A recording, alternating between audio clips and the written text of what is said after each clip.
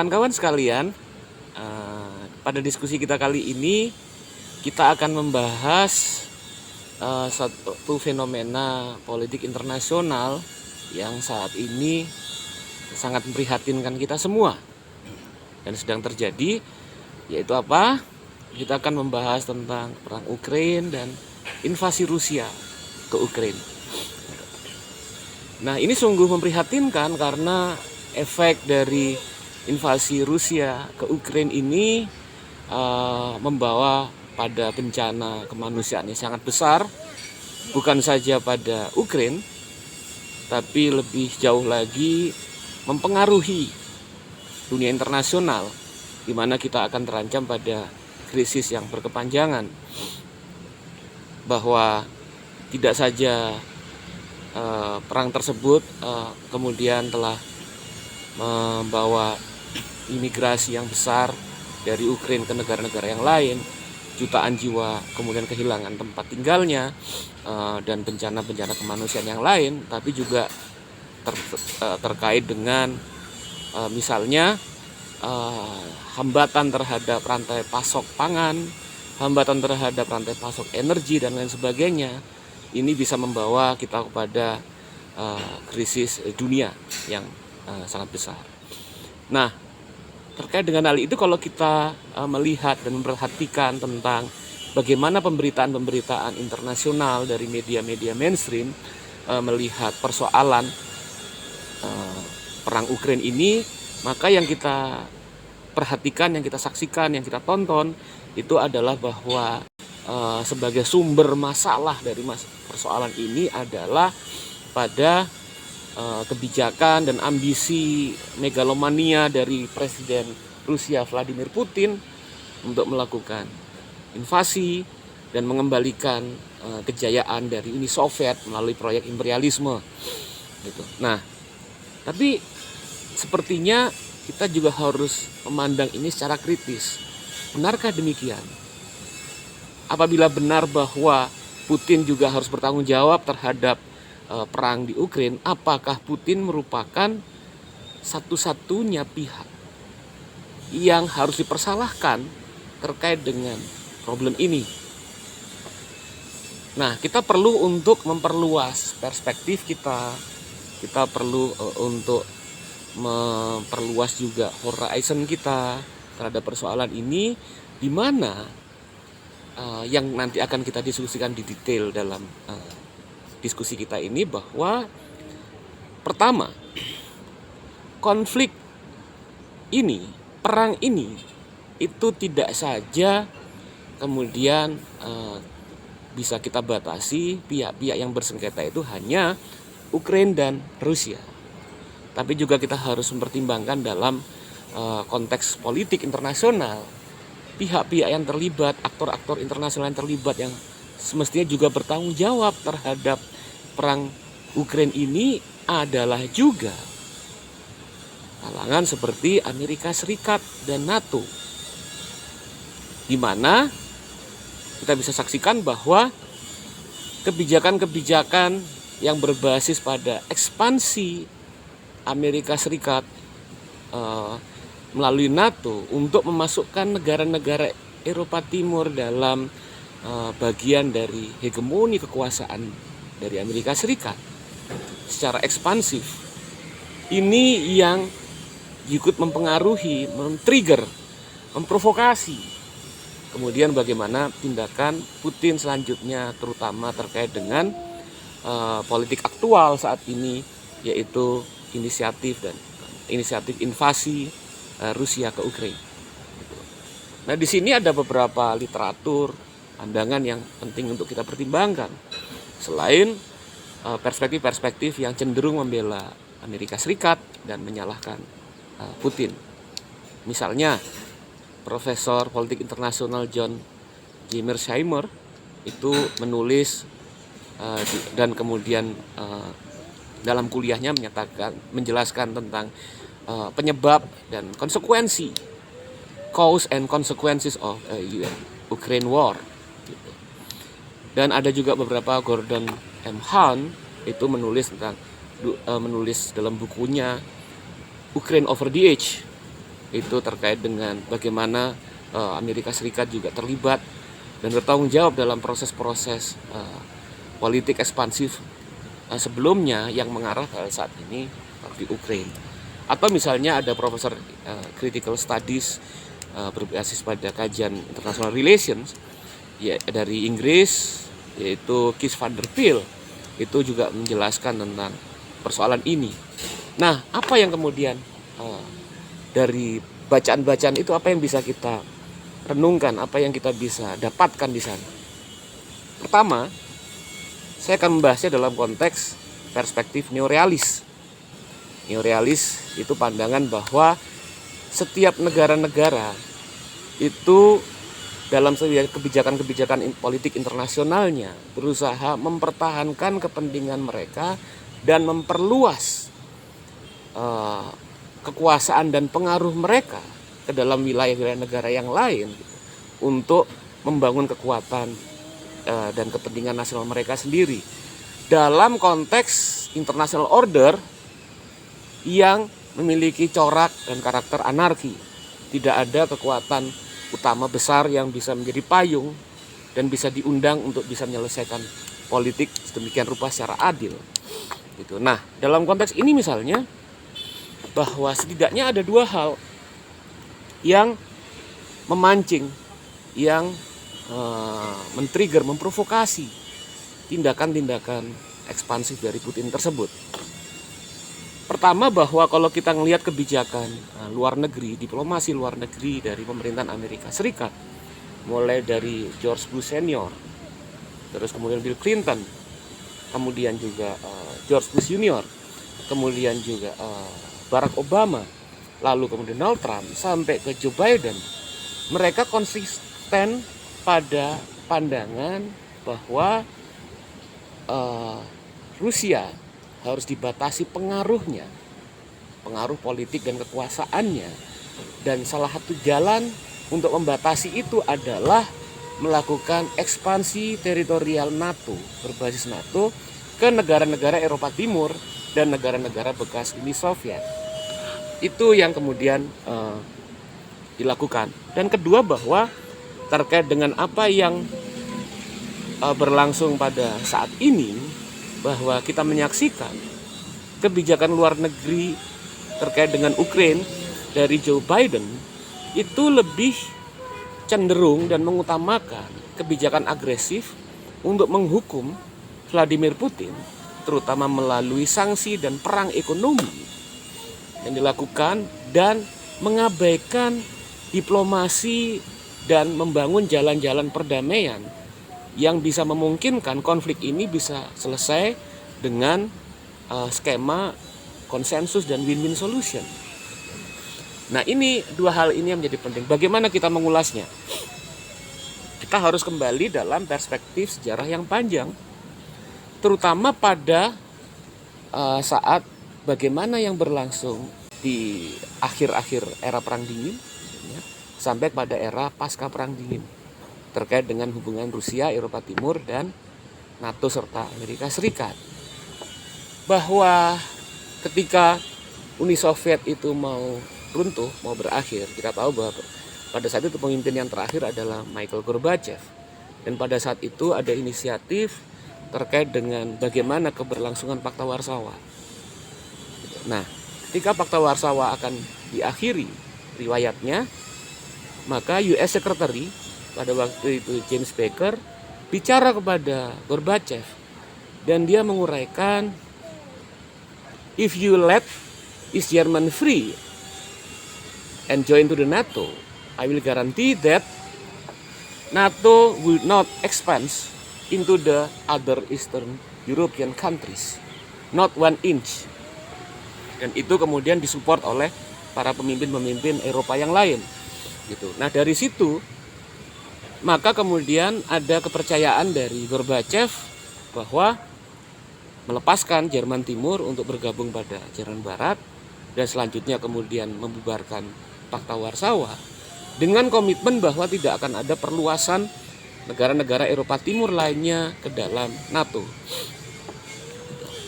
Nah, tapi selanjutnya bahwa yang kita saksikan tidak lama setelah itu, tahun 91, terus kemudian sekitar era-era tahun 90-an, kita bisa menyaksikan bahwa beberapa negara-negara Eropa Timur itu kemudian masuk ke dalam NATO, baik melalui undangan ataupun melalui pengaruh politik dari Amerika Serikat dan NATO gitu. Di mana ada satu variabel lagi yang kemudian menjadi kontroversial adalah bahwa ketika beberapa kali Presiden Rusia mulai dari Boris Yeltsin dan awal kepemimpinan Vladimir Putin hendak bergabung ke dalam NATO, maka kemudian baik Amerika Serikat dan negara-negara Eropa lainnya menolak inisiatif tersebut. Nah, di sini kemudian memunculkan persepsi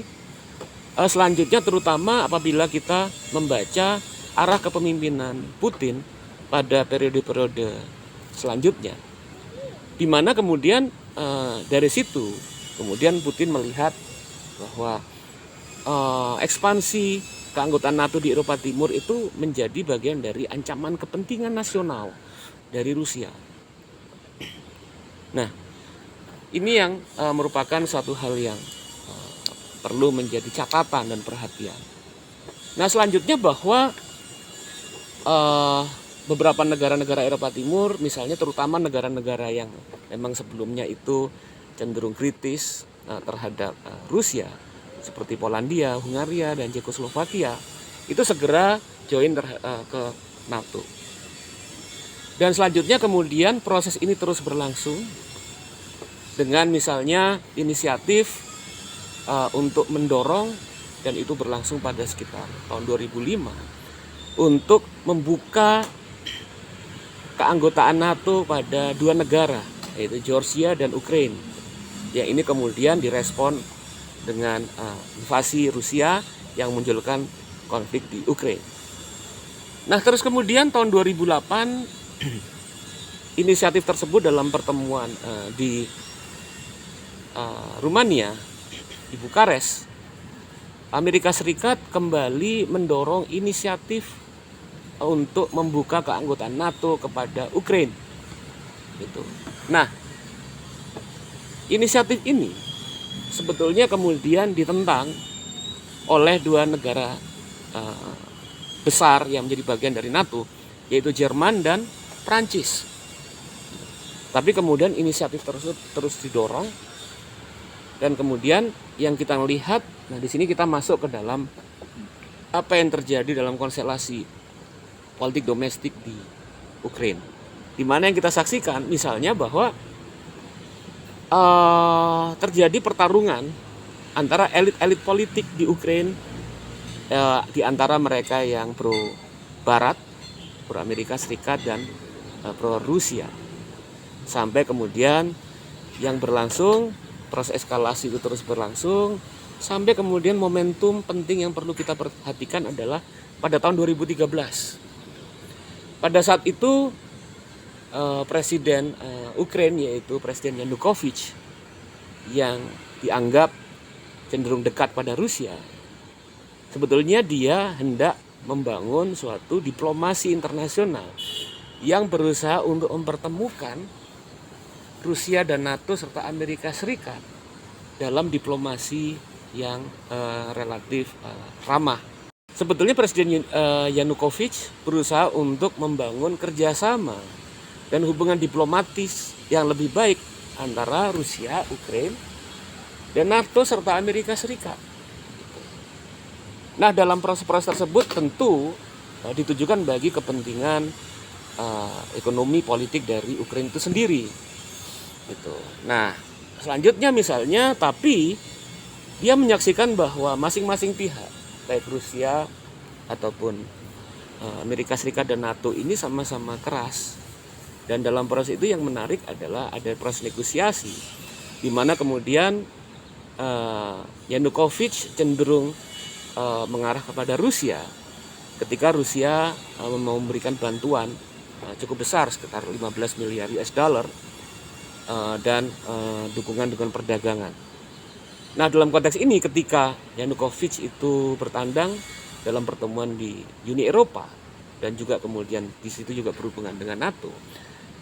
Yanukovych kemudian menjelaskan bahwa posisi Ukraina di sini tetap ingin menempatkan diri sebagai negara netral dan menolak untuk masuk dalam Uni Eropa. Nah, sepulangnya Presiden Yanukovych itu ke Ukraina, maka dia harus berhadapan dengan demonstrasi besar yang pada saat itu masih terbatas terkait dengan isu penolakan terhadap korupsi, kolusi, nepotisme, dan juga mendorong pada transparansi. Tapi selanjutnya demonstrasi itu kemudian membesar dan tereskalasi menjadi upaya untuk melakukan penumbangan rezim change. Yang mana kekuatan-kekuatan sosial domestik yang terlibat dalam upaya tersebut itu bukan hanya mereka yang mendorong pada transparansi dan agenda demokrasi, tapi juga kalangan-kalangan yang memiliki orientasi politik sayap kanan, nasionalisme ekstrim, dan kalangan-kalangan fasis, di mana pihak-pihak tersebut itu berdasarkan pada data-data, dokumen, dan informasi-informasi yang kuat terindikasi mendapatkan dukungan dan support dari Amerika Serikat. Nah, pada saat itu kemudian seiring dengan semakin membesarnya eskalasi demonstrasi yang terkenal menjadi eskalasinya itu kemudian terkenal sebagai Maidan Revolution, maka kemudian berakhir pada penumbangan Yanukovych. Nah, selanjutnya kemudian hal ini mengarah pada persepsi dari Putin bahwa penumbangan Yanukovych ini bukan hanya persoalan domestik Ukraina, tapi menjadi bagian dari provokasi internasional. Dengan indikasi-indikasi yang kuat, fakta-fakta yang kuat, yang memunculkan kemudian ekspansi Rusia ke Crimea. Nah, di sini kita harus mempertimbangkan bahwa Ukraina itu sebetulnya orientasi geopolitiknya wilayah Crimea dan kemudian wilayah yang selatan, timur dan selatan itu lebih cenderung pada Soviet, dan wilayah-wilayah barat itu cenderung anti terhadap Soviet dan Rusia. Nah, dalam kondisi ini kemudian ketegangan terus berlangsung sampai kemudian eskalasi ini terus berlangsung sampai tahun 2019. Nah, pada tahun 2019 itu kemudian terpilih Presiden Zelensky, yang sekarang menjadi Presiden Ukraina. Pada awalnya Zelensky naik itu berdasarkan pada platform untuk membangun kembali hubungan baik dengan Rusia dan Amerika Serikat serta NATO, menjaga keseimbangan. Tapi kemudian dalam proses yang tidak lama, Zelensky kemudian mengubah orientasi politiknya untuk lebih mendekat pada Amerika dan NATO. Yang perlu menjadi catatan dan garis bawah adalah bahwa setelah 2014 sampai kemudian tahun 2021, bantuan-bantuan militer, training militer terhadap Ukraina, tentara Ukraina itu terus berlangsung dengan sumbangan support dari Amerika Serikat.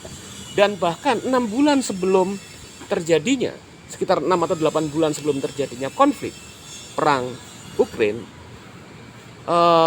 latihan perang berskala besar itu dilakukan dengan kerjasama antara Ukraina, terus kemudian negara-negara NATO dan Amerika Serikat, gitu. Yang mana kemudian sasarannya dalam latihan perang tersebut adalah Rusia, gitu.